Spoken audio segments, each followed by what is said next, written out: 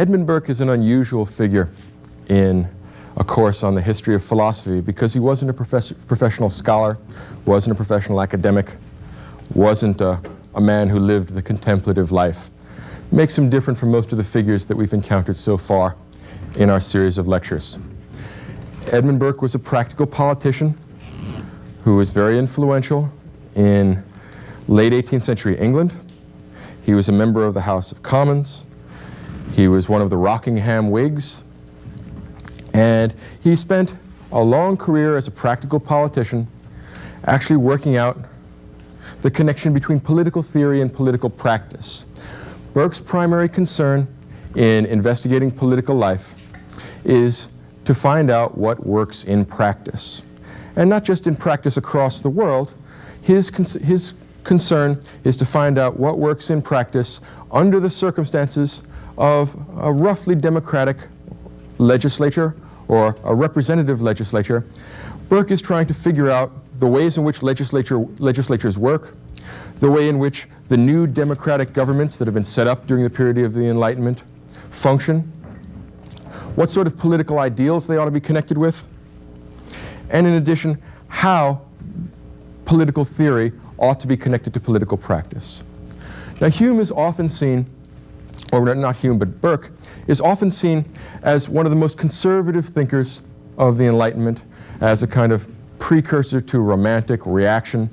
There's a certain degree of truth in that. But he's also a rather reform-minded Whig as well. Although he was against the French Revolution, he supported the ideals of the American Revolution. He investigated corrupt practices among the East India Company. He wanted to alleviate some of the oppression that was characteristic of the English treatment of Ireland, and that should come as no surprise. Burke himself grew up in Ireland. He's the product of a mixed marriage between a Protestant father and a Catholic mother. All through his political career, he's something of an outsider. He's a parvenu, someone that shows up in Commons and got there by dint of his ability, not by his lineage, not necessarily by his connections. So Burke is a practical politician.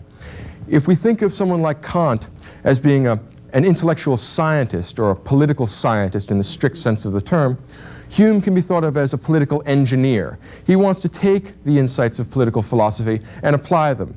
And his standard will be pragmatic. Does it work in practice? If it doesn't work in practice, he thinks that a theory is by definition a bad theory. So Burke is a very pragmatic thinker, a very practical man, and something of an opportunist as well. We ought to forgive him the occasional lapses in his thinking and in his writing. The heat of political polemic often causes people to go out on a limb, to over-formulate an argument, to take it a little bit too far. And there's also a sense of, a certain degree of confusion in Burke's work. He's concerned with different political issues at different times. And although there's a rough consistency to his outlook, he varies and vacillates the way most politicians do. It's about the best we can expect from a man that has to live with the rough and tumble of politics every day. Now, Burke's position is that of a Whig. He's an outsider. He supports the country party as opposed to the court party. He wants to make sure that corruption doesn't dominate the English government. And he wants to make sure that no unforeseen revolutionary emergencies create the kind of desperate political situation in England that is characteristic of France during the time of the French Revolution.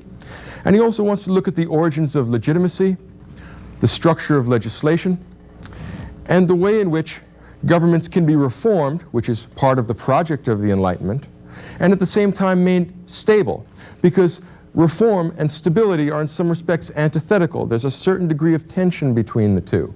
Burke recognizes the need for reform, but he also recognizes the need for political stability, for political order. Sometimes he goes for one, sometimes for the other, but my sense is that his primary emphasis is on the idea of political order. He thinks that the Hobbesian state of nature, the lapse back into lawless terror that was characteristic of the worst excesses of the French Revolution, could have been predicted, that a wise political science would have prevented the necessity for such a state of affairs, and that by empirically studying the data of history, Burke thinks that we can come to a rough empirical understanding of what human nature is in the case of individuals, and what the nature of human societies and human governments is as a matter of practical fact, empirical fact. So Hume's theory is going to be anti-utopian. It's going to move away from the tradition of thought that we got with Plato or Thomas More of creating an ideal society and judging the world around us on the basis of that. He's going to take the other tack. He's going to look at the world around us and say, at least this works. We can be sure that this has some connection to reality. It is reality. Now, our proposals for reform will have to be judged within the context of what works. Someone once defined politics as the art of the possible. And that's very much Burke's perspective. Does it work in practice? Now, as a leader in the House of Commons, he's a noted orator. He is an indefatigable writer of pamphlets.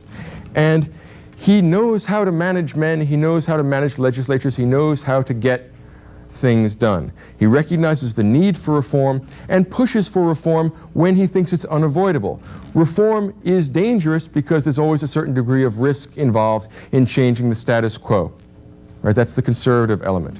But being a rational risk minimizer, Burke says that occasionally gradual, slow-moving, well-considered reforms implemented over a period of time are actually risk-reducing mechanisms because they prevent the necessity for revolutionary violence, which is the worst possible state of affairs.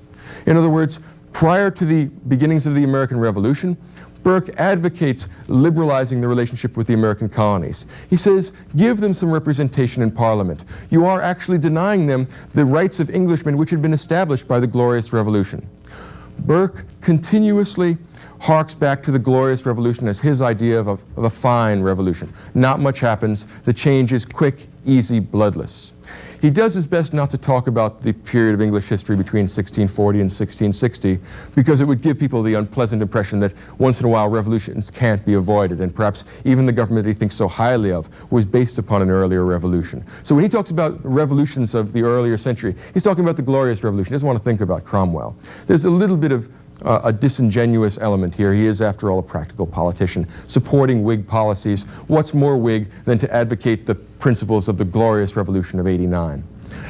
His reason for supporting the protests of the American colonists was that their demands were within the province of the rights that had been established for Englishmen in the Glorious Revolution of 1689. And he said, look, if we don't liberalize our connection with them, and in addition, not just to the Americans, but he was also willing to liberalize his relations with India and other colonial possessions of England. He says, if we don't liberalize our connections with them, in fact, we will lose them. We will drive them to the unavoidable expedient of an enormous revolution, which will cost us men, which will cost us money, and which will ultimately cost us America. So Burke is not a reactionary in the sense that he's entirely against reform. What he is a conservative, one who wants to make reforms piecemeal, slowly. For him, as for Hume, and this is one of the connections between Burke and the entire tradition of English political and moral thought, prudence is the great virtue. If we were to distinguish between the empiricists and the idealists, or distinguish between the English-speaking philosophers and the continental rationalists, I would say that the great virtue of the English empirical philosophers is prudence. They are prudent men. They don't get carried away by either emotion or reason. They do things more or less within the bounds of common sense. The alternative virtue, which we find among the rationalistic philosophers, primarily among the German-speaking philosophers, also I would say among Plato, all metaphysicians, their great alternative virtue is ruthlessness. They take an idea as far as it can possibly go, and they say, prudence be damned. We're going to do what makes sense. We're going to do what's right, regardless of whether this is consistent with anybody's idea of common sense. Common sense, in a way, is our problem. We want to get beyond common sense to what Thoreau called something magnificently uncommon. Well, Burke doesn't want anything uncommon or magnificent. He wants something prudent, something you can count on, something that would be conservative without being reactionary. And so he's willing to make changes in political practice and in political theory, so long as they're gradual, so long as they balance out the empirical interests that are represented in the society at the moment that a particular reform is suggested, And so that we can possibly reverse any given reform, so that if it turns out to be deleterious in practice, we can say, okay, we made a mistake, we're going to revoke that attempted reform. Burke is skeptical of all utopian thoughts, of all utopian rationalistic programs for the creation of ultimate human felicity. He says, we'll do the best we can right here and now, within the parameters of what can practically be done. So he advocates certain kinds of reform. Reforms of English foreign policy, reform in the treatment of Ireland, reform in the organization of the government, and Burke also wants to reform political theory, the idea of politics, the way in which people think about politics. Burke believes, on the basis of his experience as a practical politician, that he has something worthwhile to say about that, however disdainful professional philosophers might be. And there's a certain degree of truth in that. Burke has been largely neglected by professional politicians because there are a great many inconsistencies in his work. He's not the deep, rigorous thinker that we're going to find in Hume or Kant or any of the professional scholars. Burke does advocate and does make a couple of arguments that are novel and important. His most important work is called Reflections on the Revolution in France. It is ostensibly a letter written to a young French nobleman explaining the English conservative interpretation of the French Revolution, and in particular, the interpretation of the Terror. Burke thinks that the Terror, essentially a breakdown of legal order which amounts to the war of all against all, to a horrifying situation which is the worst of political circumstances, where no one has any security for property or for life, where terror reigns, where there's no predictability with regard to governmental policy, and you never know who's going to be killed next. First, Danton and Robespierre start to persecute those they suspect of having royalist sympathies. And then they get their own political enemies within the revolutionary movement, and finally their own political enemies get them and chop their heads off, because political terror is a dangerous thing. No one knows who to trust, no one knows where to go. Burke says this could have been predicted. The entire tradition of the French Enlightenment, the tradition of continental rationalism, of abstract theorizing, independent of contingent and immediate circumstances, is what leads to political fallacies, like emphasizing the imprescriptible rights of man and other abstractions, which have no immediate connection to the historical experience of French government. So Burke says all this abstract theorizing done by the professors in their studies are not only wrong, but positively dangerous. When carried into practice, the result is not improvement, it's chaos.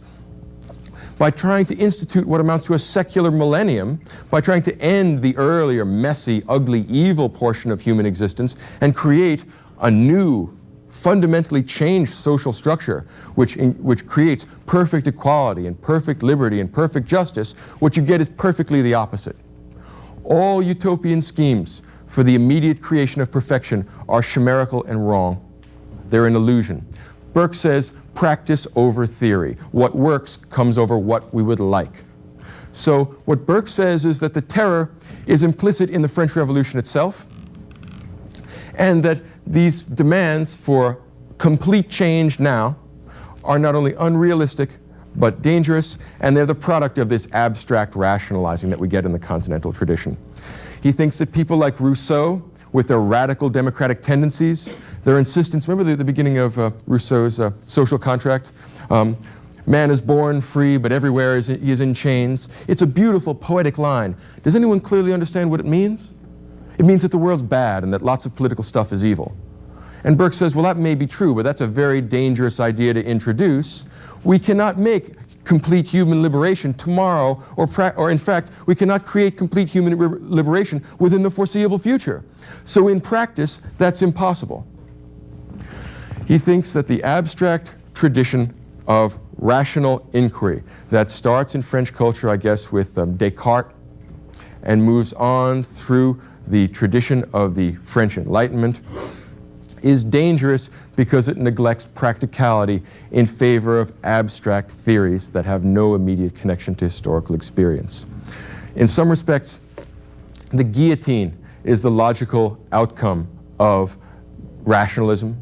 It's the logical outcome of insisting that both political and moral duty comes from pure reason, rather than the collected connection of our traditions, our feelings, our sentiments, our reasonings about our traditions and feelings and sentiments. In other words, the idea that we can institute a whole new world today. I think someone once said that the guillotine is a very Cartesian sort of an instrument because it separates the mind and the body so completely. Well, I think Burke would sympathize with that kind of a view. He says, look, the French have a legitimate set of objections to the kind of government they have. An absolute monarchy is an evil thing. Divine right despotism, divine right monarchies are a mistake. They're a relic of the feudal past. These ought to be gotten rid of. The domination of the church in French political affairs is, Burke thinks, an evil. The hereditary nobility and the particular legal and institutional advantages that they have, at least some of those for Burke are evil. But he says, look, all of these grievances could be redressed, but they can be redressed only one at a time and only gradually.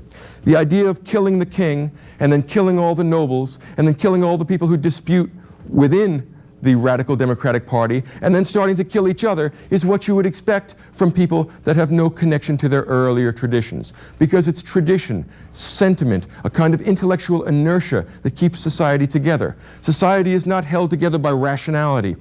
People normally do not sit down, do some mathematical problems, and conclude that they love their family, that they love their country, that they like their hometown. People are essentially creatures of sentiment. This connects it back up to the Humean tradition of moral theory. This connects it to the skeptical tradition of epistemology that comes out of Locke and empiricism and things like that. So Hume, while he's not, or Burke, while he's not a professional philosopher, is well within the central trend, the skeptical, empirical, gradual, sentimental trend of English thought. Now, he thinks that the advantages of the English Constitution is that it's a gradual accumulation of practices and traditions which minimized the need for revolution and which could be gradually reformed from within. And one of the great advantages of the English Constitution is that it's not written down. It's a general kind of nebulous collection of traditions and practices and sentiments. And the advantage of that is that it can change gradually and imperceptibly. It gives you the sense of continuity over time. Burke thinks that very important. He thinks that the English Constitution is an entailed inheritance, as he puts it. We inherit a system of government and a society from our ancestors, and it is an entailed inheritance. You can't just throw it all out. You can't get rid of it all at once. So Burke says the real problem with the French Revolution is that it wasn't a gradual series of reforms. It wasn't based empirically on the traditions of the French ways of life and French government. The problem with it is that it comes from abstract theorizing, which is downright dangerous. Now, Burke supported the American Revolution because he felt that the American colonists had been forced, in defense of their Whig liberties, to have grudgingly a revolution. And he said, I told you so. In a way, the English government had it coming. He thinks that the French government has it coming too because they're also unwilling to make reforms. But he says the revolutionaries are actually worse than the government they already had. While we may have had oppression under an absolute monarch, we have terror under a revolution. And what we can reasonably expect to come out of this revolution is something like a Caesar, some sort of despotic figure that will dominate this age of chaos and create order at the price of all the liberties that everyone had prior to the revolution. In other words, he anticipates something like Napoleon. Not a bad anticipation. Again, the practical politician can see what the likely outcome of chaos in real life is going to be. So his criticism of the French Revolution is what he's mostly remembered for, and that's where he gets the name of being a great reactionary. It's not fair to call him a reactionary. The true label, the appropriate label, would be conservative. He doesn't oppose all reforms. He doesn't want to go back to feudalism, but he wants to make sure that these reforms are slow and gradual. In some respects, that makes him out of step with the Enlightenment. It certainly makes him out of step with the Enlightenment as it's existing on the continent. The French and German traditions are very rigorous and absolute and abstract. He's more or less consistent with the Enlightenment as it happens in England. Hume would understand Burke. Both of them are rational risk minimizers. Think about what the implications are of empiricism for political theory. Let's take Hume's empiricism, but we could take any of them. What is an empiricist sure of? Well, nothing. Empiricism is basically a skeptical philosophy. They're not really sure of anything. What do they kind of bank on if they're not absolutely certain? Because certainty is something we associate with guys like Descartes. Humeans don't get certain, they just get comfortable. Well, what sort of things can you be comfortable with? Can you have a reasonable belief in? Well, you can believe in what you see, and what you have experience with. And what do we have experience with? The brute facts of human history. In other words, the empiricist is always going to say, well, we can at least be reasonably certain that if we continue on the way we're going, that the future will be, roughly speaking, like the past, because we notice certain regularities in the world around us. So if monarchy has been in England for the past 200 or 300 or 400 or 500 years, as long as we don't rock the boat too much, the empiricist says we can reasonably expect that we'll have a continuity between the earlier forms and the later forms. In other words, we can expect more of the same. It's not perfect, but at least we can be sure of that. Who knows what'll happen if we make fundamental changes immediately? You can't be certain of that. So what it means is, I think that empiricism is intrinsically skeptical and, in addition, intrinsically conservative. Skepticism is intrinsically conservative because the skeptic is going to say to every would-be reformer, what grounds do I have to believe that your reform is going to work? And what will we be able to tell him? If it's existed in the past, well, then we'll have some good grounds. But many of the political reforms, and the most praiseworthy and important political reforms of the Enlightenment, were things that had never happened in the past. And here's the problem. An empiricist, which is a skeptical kind of philosopher, is always going to have some misgivings about even the most attractive reforms because we lack good grounds to expect that they're going to work. Because we have no practice, we have no experience with them. And since innovation entails risk, and risk is dangerous and undermines, at least potentially, human felicity, the rational thing to do is to oppose, or at least to regulate and make gradual political reforms, because that regulates and moderates the risk, and the rational minimization of risk is in a way what empiricism is all about. You don't know what's going to happen if you haven't tried it yet. So if you're going to propose a reform, well, then the bigger the reform is, the more risk involved, the more danger it is, the more salutary skepticism might be.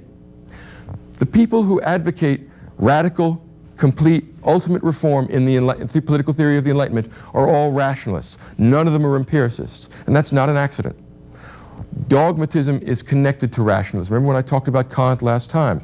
Rationality, the willingness to ruthlessly pursue the implications of one idea.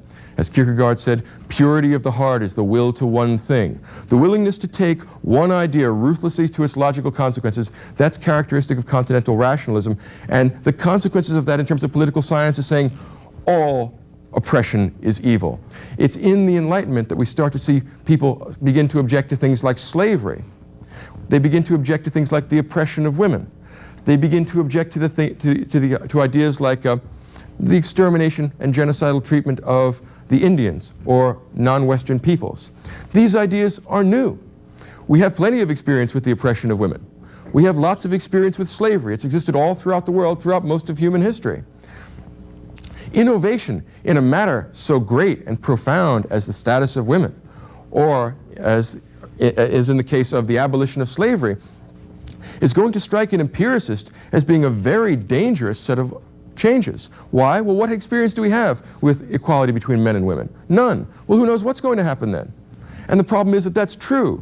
It gives us something to think about. I don't know that it's a good reason not to do it. As a matter of fact, the most important breakthroughs in the political theory of the Enlightenment are, like it or not, dogmatic one way or another. A skeptic would have good reasons for objecting to them, or at least having some misgivings about them. So Burke's position is that of a skeptical empiricist. And he says, show me, do we have good reason to believe this is going to work? And if we don't, well then, let's not do it. Or if we're going to do it, if the political force that advocates change is so powerful that you can't avoid it, let's do it gradually, let's do it piecemeal, let's do it in one place, one county, or one city to start out. Let's have essentially a pilot program. Here in Washington, when we establish a pilot program, when we test something out, we're essentially adopting a position of Burkean conservatism. And this is not an irrational thing to do. Consider the example of something like prohibition. It's with reforms that turn out not to work, that turn out not to be very practical, where Burkean conservatism comes into its own. Imagine somebody coming up with an idea that if we made it illegal to drink alcohol in the United States, we could reduce drunk driving, we could reduce fetal alcohol syndrome, we could reduce all kinds of evil things. And I think that any sensible person looking at the bad consequences of alcoholism would say that it would be fine to get rid of those things. But Burke will say, wait a minute, although your theory tells us that it would be good to get rid of these things, and in fact, I'm inclined to agree with you, being a sentimental guy, I think that drunk driving is a bad thing, but in practice, can we do this? And that's, for Burke and for Burkean conservatives, the key question. Will it work in practice? How are you going to make everybody stop drinking alcohol? How are you going to prevent alcohol from coming in across the border? How are you going to prevent the rise of organized crime? Are the consequences of this reform going to be worse than the evils you seek to eliminate? Will you in fact be able to eliminate these evils simply by passing a law? Can you control reality at that level? And Burke would say, no, I don't think you can. I've seen how people relate to alcohol. I think the chances of you getting America to actually go dry are really quite limited. Well, it turns out after making the experiment, the reformers have to eat their words. In this case, we have reform that is appealing at the level of theory, seems like a good idea, but in practice we can't make it work. Well, this is the strong point of Burkean conservatism. There are certain kinds of issues, certain kinds of reforms that turn out not to work very well in practice. Burke tells us before we institute a reform to be reasonably certain that it's going to work in practice. And the only way you can do that is by actually testing it empirically. Don't tell me that you have a theory and a graph that shows that drunk driving goes to 0 the year after we institute prohibition. It just doesn't happen that way. It's a lovely theory, but I don't judge the world on the basis of theories. I judge the world on the basis of the way the world works. There is a certain degree of kind of homey practicality to Burke. That's the attractiveness of this guy. Here's the downside of it, and I think it's an important downside. All the great moral advances in political life that have happened in the modern age have been unprecedented. The abolition of slavery, you can't imagine a more dogmatic or a more improbable drive, and it comes out of the Enlightenment. Prior to the Enlightenment, slavery had existed all over the world, and it has existed for 20, 30, 40, 50 centuries. Now, if you're an empiricist and somebody says that what I'd like to do is abolish slavery on a global basis and make everyone free, well, Burke is going to say about that the same thing he said about prohibition, only in spades and much more emphatically, because this project of abolishing slavery, of creating universal human freedom, is obviously the kind of thing some German thought up. Englishmen don't think up stuff like that, unless, of course, they're moved by religious piety as opposed to skeptical empirical philosophy. So Burke would say, and this is not an irrational thing to say, that there are many potential dangers, even in such a praiseworthy project as the abolition of slavery, the equality of women, the shortening of the workday, the extension of voting rights. Burke was very strongly against the democratization of politics. He certainly did not want to extend the franchise on the basis of one man, one vote. He says, do we have any experience with that? Well, yes, we do. We have stories in our histories about democracy. If you are familiar with Thucydides' Peloponnesian Wars, well, in that, when we look at the results of Athenian democracy, it was disastrous, and it was the actual inability of Athenian democracy to make intelligent decisions that causes them to lose the Peloponnesian Wars. Alcibiades, who says, let's go invade Syracuse, and the people really like it. And democracy says that, yes, we'll go do this because the people are very aroused by it. It's disastrous, they lose the war, and their culture is destroyed. Now, for the empiricist, for the skeptic, for the conservative, there's a moral there. Democracy, the democratization of politics, regardless of whether the categorical imperative says you have to, regardless of whether Rousseau likes it or not, regardless of whether continental thinkers are going to approve of you, makes no difference. The democratization of politics is downright dangerous, and in some respects it's more dangerous than the abolition of slavery because that hasn't been tried before. We've tried democracy before. It's a blasted disaster. So what Burke likes is whatever we happen to have. And this is going to be true of every conservative. If you're a Burkean conservative by kind of outlook or inclination, if you get born in Japan in feudal ages, you're going to think that feudal Japan is a terrific set of institutions as well. There's a certain sort of piety about what you were raised with in Burke's ideas, which he gives a kind of philosophical formulation to. So the upside of Burkean conservatism is that it restricts us from doing implausible, impractical kinds of reform. The downside of it is that it prevents us from making salutary reforms, and that, to be honest, there's a sort of timidity to it, which I think, I don't know, passes for wisdom, but is often just timidity, which is often just a fear of taking a chance. Rational risk minimization is a good thing, and I must confess, prudence is a virtue. My point in suggesting that there are limitations to this is that prudence is not the only virtue, and that taken to an extreme, it may be that prudence is sometimes a vice. Prudence has no understanding and no appreciation of the heroic virtues that attach to ruthlessness. Ruthlessness allows for great virtue and great vice. Burke limits what we might call the standard deviation of virtue and vice. We don't get too bad, we don't get too good. We have more or less kind of what we had before. Maybe we can make things a little bit better, but don't get out of hand about this. That's really dangerous. Don't get enthusiastic. Be prudent. Burke counsels us to prudence, and I think that prudence is sometimes a vice as well as being a virtue. That's the difficulties with this. Now, in addition, there are two more contributions that Burke makes to political science, which are departures from the earlier political conceptions, characteristic of both the English and the French Enlightenment. And in addition to that, they are things that are still with us today one way or another, ideas that have been introduced that are quite important. The first and most important idea that Burke comes up with is the idea that political parties are not only legitimate, but necessary. Yesterday, somebody happened to ask me about political parties. Well, here's your answer. In the ancient political tradition, parties are the extreme, the superlative form of faction, and faction is understood to be intrinsically evil. All of political theory in the ancient world, it doesn't matter whether it's Platonic or Aristotelian or Roman or Greek, is all organized around the problem of preventing society from breaking up into antagonistic factions. We want a unity of sentiment, a unity of purpose, which characterizes the good polis. Now, if we look back at history, we have good reason for believing that. Faction, party, leads to civil war in our understanding of history, or at least in the understanding of history characteristic of 18th century England. Look back at Thucydides' Peloponnesian Wars, right? The revolution at Corcyra, the civil wars that are detailed in there, all proceed from the breaking up of society into antagonistic factions who define their interest oppositely.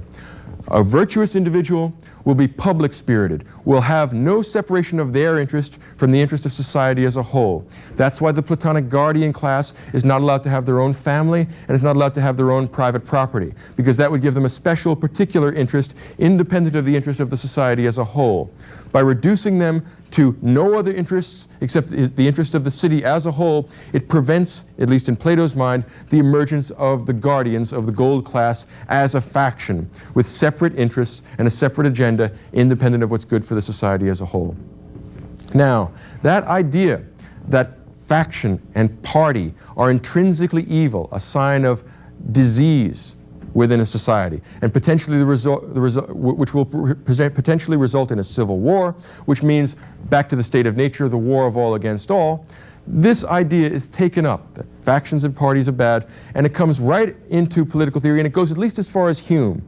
Hume is the first political thinker in his political essays. I think this is the essay on the ideal commonwealth, where he brings this up. He kind of wants to allow for the idea of legitimate opposition, which is what parties do. They make it possible to focus and organize opposition to the government and to the dominant party. And at the same time, he wants to avoid the dangerous element of faction and party because he thinks it potentially could lead to civil war. The gist of it is something like this, that the idea of legitimate political parties, of a loyal opposition, of legitimate dissent, is a peculiarly modern idea, and Burke helps us legitimize that idea. Think about the ancient world and the medieval world. In the ancient and medieval world, a government legitimized itself by reference to the will of God or they're of ultimate rationality in the case of the Platonic ideal city, or with reference to some set of myths that legitimize the king. Divine right monarchy is the best example of this. Why do you have to obey the king when he tells you to do something? Because he's God's friend, or he's God's chosen, he's God's elector. He has some special connection to God that differs from you. And there's a hierarchy. If you remember Aquinas, we've got the God up here and the angels, and then the king here, and down below him are the nobles, and below them are people like you. And the reason why you have to obey people that are higher in the hierarchy is God made the hierarchy that way. If you tell the king you don't like his laws, if you tell the king you're opposed to his policies, you're essentially opposed to the king. And if you're opposed to the king, you're opposed to God. And if you're opposed to God, you're opposed to morality and virtue and goodness. And that means you're a friend of Satan and should be killed. What that means is that in the ancient political tradition, it moves all the way up to the medieval age, the idea of legitimate dissent never comes up. Dissent is by definition evil since the government is backed by God. When we move into the modern world, social contractarianism, an idea of political legitimacy which says that governments derive their legitimacy from the consent of the people, who allegedly get together in the state of nature and form the social contract and all that jazz. Well, when that becomes possible, then that means that there's no divine sanction for the government, and one way or another, we are going to have to make possible the idea of legitimate dissent, of a loyal opposition, because it means that people that think governmental policy is mistaken are not children of the devil. It just means they have a different opinion. That can't happen until the secularization of politics, and that can't happen until the Enlightenment. What that means then is that, first of all, the idea of a loyal opposition, of legitimate dissent, is an immensely sophisticated thought. It is a peculiarly modern thought. And it needs certain adjustments in our political theory, particularly since we now have representative legislatures. It is necessary for us to be able to organize people that support governmental policy and people who are opposed to it, so that we can effectively legislate, or at least obstruct legislation within the legislature itself. In other words, the rise of representative legislatures and the rise of human, man-centered political theory means that we're also going to have the rise, first of all, of legitimate dissent and loyal opposition, and also it means the rise of legitimate political parties, which are not seen as being a threat to the state, but rather seen as being the natural condition of human beings who intrinsically have different perspectives on the world. So once politics is sanctioned only by the will of the people, then legitimate dissent has to be made room for, because it's a simple empirical fact. And if it's a simple empirical fact, then the older tradition, which says that all parties and all factions are evil, has to be gotten rid of. Now, Hume starts to do that when he creates what's called the Court of Competitors in that essay on the ideal commonwealth. He wants to take potentially factious members, potentially powerful opponents of the government, and give them a limited kind of negative supervisory role in the government. What's he doing there? He's trying to create the idea of a legitimate opposition. It's a brilliant thought. But also, if you look at Hume's political essays, he constantly says that we have to avoid faction, we have to avoid party. That could create a civil war, and we all know from history that that's a very bad thing. So Hume is something between the ancient tradition of political theory and the modern enlightened political theory, which says that there'll be a diversity, a plurality of ideas and voices. Hume is halfway between the two. Burke, remarkably enough, is the first man to say that political parties are not only desirable, but they are necessary, because you can't run a legislature without them. And how did he find that out? He spent most of his career in a legislature as one of the Rockingham Whigs. And he maintained party discipline, and he said, not only is this not a bad thing, but I have no idea how you theorists would run a legislature without it. And as a matter of fact, since you theorists have no clue as to how to run a legislature, because none of you have left the library, let me tell you how legislatures really run in practice. And then what I want you folks to do is create a theory which allows for this, because practice comes first. That practical English empirical approach to the world around us. He says, look, I know a lot about legislatures. I spent 30 years there. So rather than me reading your French text about how all legislatures should work if you were to make yourself consistent with absolute reason or something along those lines, he says, this is the way they work in practice. You create a theory which accounts for that. That's called a scientific approach to politics, as opposed to what he views as essentially a theological approach to politics. And he says, look, if we're going to be scientific, this is the way legislatures work. You can't make them work without political parties. And since we haven't had a civil war in England, and since there's no sedition attached to this political party, not only should we acknowledge them, we should say that they're legitimate, and we shouldn't be afraid to say that I'm a Whig or I'm a Tory. And that's a great breakthrough. It's the triumph of theory, of practice over theory, and that's a typically English idea. One more thing, and then I'll close on Burke. Burke is also known for his theory of representation. He offers the idea, and this is again one of the throwbacks, I would say, to the older idea that there's a unified, public-spirited approach to politics. He says that there are two ideas of representation, what we will call virtual representation and actual representation. And he supports the idea of virtual as opposed to actual representation. Here's the thought. A virtual representative is one who takes instruction from the people who elected him, and he does exactly what they want. In other words, he represents the will of his constituency. What that means is that if the people that elected you want a policy and you think it's a mistake, well, then you do what they think as opposed to what you think, because you are there as a representative of the people. You actually represent their will. This is a kind of naively democratic idea. Burke thinks it's a mistake because he has a partiality to hierarchical political theory. He doesn't think everybody's equally smart or equally virtuous or equally wise. And there's a strong element of a kind of disdain for the average common man. He refers in the Reflections on the Revolution of France to the swinish multitude. Now, we don't hear any of our politicians talk that way, and it's not an accident. All right, they don't talk about the swinish multitude. Burke does. And he says, look, I'm not taking orders from the swinish multitude. I mean, hell, I got elected to the House of Commons in a rotten borough. The Marquis of Rockingham talked to one of his pals who was a peer and voted me in on the basis of one vote. Here I come. I'm in Parliament now. Eventually, he manages to win a seat from Bristol on his own merits. He actually has a real free election. And he eventually gets bounced out of his seat at Bristol and kicked out of a popularly elected position in Commons because he writes a letter to his electors in Bristol and says, look, you folks are under the misapprehension that I'm interested in what you think. No. I'm not an actual representative, I'm a virtual representative. A virtual representative is one who thinks about what is good for the nation as a whole. He doesn't represent London or Manchester or Bristol or any particular locality or any particular group of people. He represents the whole interests of society judged from the large perspective. So what that means is that if we had a system of virtual representation here, that senators from Kansas and Iowa wouldn't be particularly interested in farm subsidies. Senators from New York and New Jersey wouldn't be particularly interested in mass transit. People with representatives from particular areas would not be so much interested in particular local issues as they would be in what's good for the society as a whole. There's a certain degree of plausibility in that. You can imagine that this would give honest, conscientious legislators a rather broader perspective than they often have, and perhaps they'd be less obsessively concerned with re-election, although I'm not so sure about that. The difficulty with it is that it is essentially undemocratic. What it means is that the virtual representative believes himself to be essentially nature's aristocrat, believes that he's smarter than the people that voted for him, and says, look, I really don't want your advice. I know what's best, or at least I'm doing my best to figure out what we ought to do, and I'm going to vote that way. I'm going to vote my conscience. And frankly, I have access to more information. I know what the inside dirt is on everybody that's proposing these things, and I know what the actual practical capacities of the legislature are. So, folks, trust me, I'm going to vote the way I think rather than the way you think, because I'm a lot smarter than you are. Now, he doesn't quite add in the last, but it's implicit, and the voters of Bristol managed to figure it out, and he got bounced in the election after he gave them that information about the fact that he was a virtual representative. That didn't hurt him in terms of political party affiliation or in terms of membership in the House of Commons. He finds himself a rotten borough and gets voted back in by the Rockingham Whigs. I mean, he understands how politics works.